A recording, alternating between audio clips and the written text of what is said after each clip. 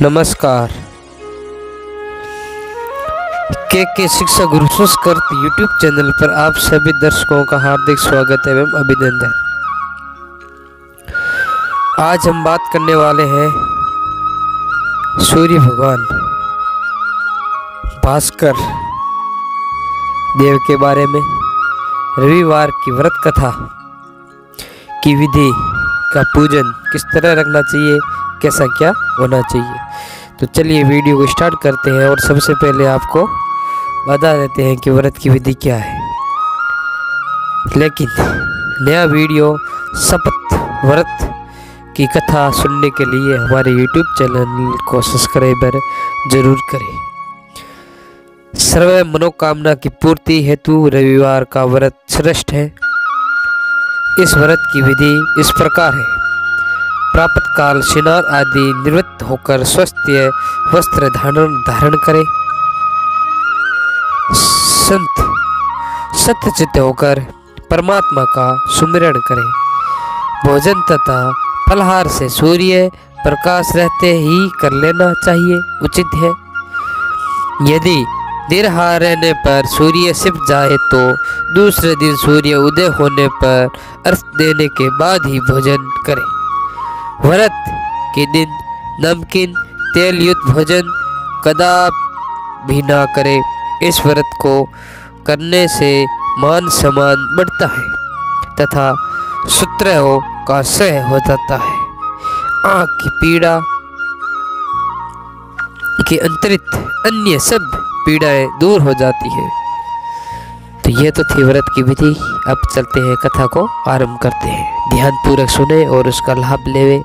सुनने और सुनाने वाले दोनों के लिए एक कल्याणकारी है। आप सुनोगे तो आपको बहुत लाभ होगा। तो सबसे पहले वीडियो को शेयर कर दीजिएगा। जितना शेयर करोगे उतना हमको सपोर्ट मिलेगा। धन्यवाद। और आगे भी लोग कथा सुनते रहेंगे। एक बुढ़िया थी, उसका नियम था प्रति रविवार सवेरे सवेरे ही स्नान आदि घर पर गोबर से लेप कर फिर भोजन तैयार करना, भगवान को भोग लगा कर स्वस्थ भोजन करती थी। ऐसा व्रत करने से उसका घर अनेक प्रकार से धन धान से संपूर्ण रहता था। श्री हरि की कृपा से मैं घर में किसी प्रकार का विघ्न या दुख नहीं था। सब प्रकार से घर में आनंद रहता था। यानी कि जो सूर्य भगवान है, रविवार के दिन विष्णु भगवान की असीम कृपा रहती है। इस तरह कुछ दिन बीते जाने पर उसकी एक पड़ोसन, जिसको गौ का गोबर बहुत ही बुढ़िया लाया करती थी, विचार करने लगी कि यह वृद्ध सवेरा यानी कि सवेरेदा मेरे गौ का गोबर ले जाती है, इसलिए अपनी गौ को घर के भीतर बांधना लगी। यानी कि घर के अंदर आपको गौ को बांधना स्टार्ट कर दिया। बुढ़िया को गोबर न मिलने से रविवार के दिन अपने घर को न लेप सकी, इसीलिए उसने तो भोजन बनाकर भगवान को भोग लगाया तथा स्वयं भी भोजन नहीं किया। इस प्रकार उसने निराहार वस्त्र किया, यानी कि उस प्रकार निराहार व्रत भी किया, यानी कि बिना भोजन जिम्मे व्रत किया था। रात्रि हो गई और वह भूखी सो गई। रात्रि में भगवान ने उसे सपने में दिया दर्शन और भोजन न बनाने तथा लगाने का कारण पूछा कि वृद्धा ने गोबर न मिलने का कारण सुनाया। तब भगवान ने कहा कि हे माता, हम तुमको ऐसे गौ देते हैं जिसे भगवान सभी इच्छा पूर्ण करती है, क्योंकि हम हमेशा रविवार को गोबर से घर को लेप कर भोजन बनाया कर मेरा भोग लगाकर खुद ही भोजन करती हो। इसीलिए मैं खुश होकर तुमको वरदान देता हूँ। निर्धन को धन, बांझ को स्त्री पुत्र को देकर दुखों का दूर करता हूँ तथा अन्य समय में मोक्ष देता हूँ। सपने में ऐसा वरदान देकर भगवान तो अंतर ध्यान हो गए और वरदा की आंख खुली तो वह देखती है कि आंगन में एक अति सुंदर गौ और गौ का बछड़ा बंधा हुआ है।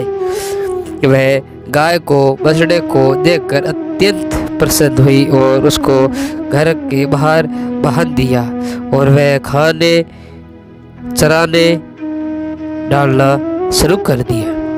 जब उसकी पड़ोसन ने बुढ़िया के घर में एक गाय और बछड़ा को बंधा हुआ देखा तो बहुत ही दुख हुआ उसको, बहुत ही क्या बोलूं, बहुत दुख हो गया उसको कि ये बुढ़िया के घर में गाय कहाँ से आ गई।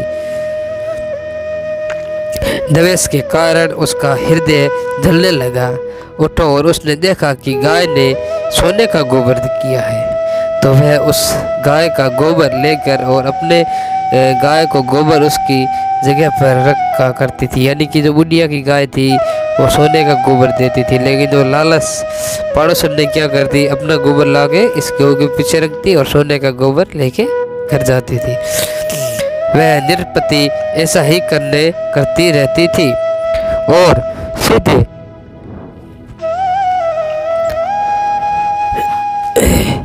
सीधे साधे बुढ़िया को इसकी खबर नहीं होने दी।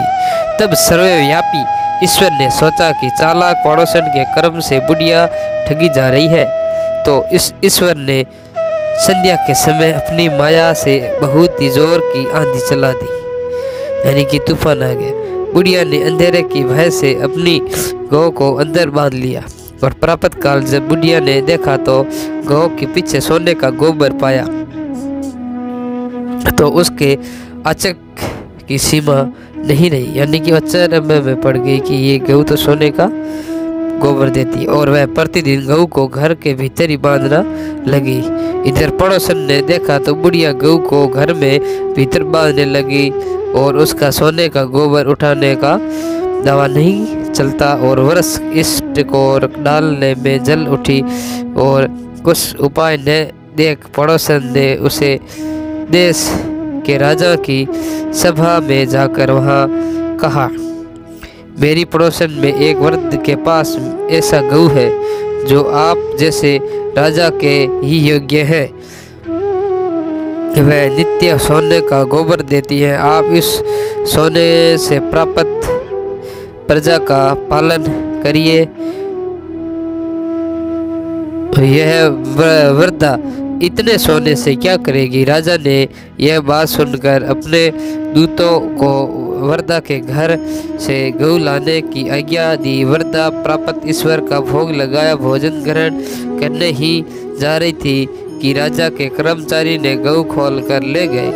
वृद्धा काफी रोई चिल्लाई, किंतु कर्मचारी को समा कोई नहीं मिला, यानी कि कर्मचारी उसको कुछ नहीं कर सके, वो लेके गए क्योंकि वो तो राजा के आज्ञाकारी थे। उस दिन वृद्धा गऊ के वियोग में भोजन न खा सकी और रात भर रोई ईश्वर से गऊ को पुनः पाने के लिए प्रार्थना करती रही। उधर राजा गऊ को देखकर बहुत ही प्रसन्न हुआ, लेकिन सुबह जैसे ही उठा तो सारा महल गोबर से भरा दिखाई देने लगा। राजा यह देखकर घबरा गया। भगवान ने रात्रि में राजा को सपन में आकर कहा कि हे राजन, गऊ को वृद्धा को लौटा दो, मैं ही तेरा भला है, इसी में ही तेरा भला है कि उसके परिवार रविवार के व्रत से प्रसन्न होकर मैंने उसको गाय वरदान के रूप में प्राप्त दिया था।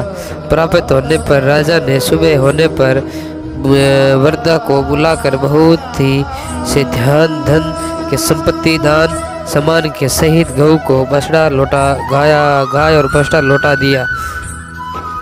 उसकी पड़ोसन को बुलाकर उसे उचित दंड दिया। इतना करने के बाद राजा के महल से गंदगी दूर हो गई। उस दिन में राजा ने नगरवासियों को आदेश दिया कि राजा को अपने तथा समस्त मनोकामना के पूर्ति के लिए रविवार का व्रत करना अनिवार्य है। रविवार का व्रत करते हैं। व्रत करने से नगर के लिए सुख जीवन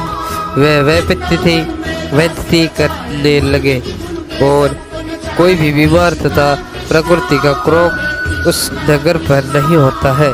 सारी प्रजा सुख में रहती है। तो आज की कथा समाप्त हुई और जो कथा में आप सुने हैं सुनने के लिए धन्यवाद आपको, और हमारा YouTube चैनल को सब्सक्राइबर करें। जय श्री शंकर महादेव, जय विष्णु भगवान, ओम नमो सूर्य देवाय नमः।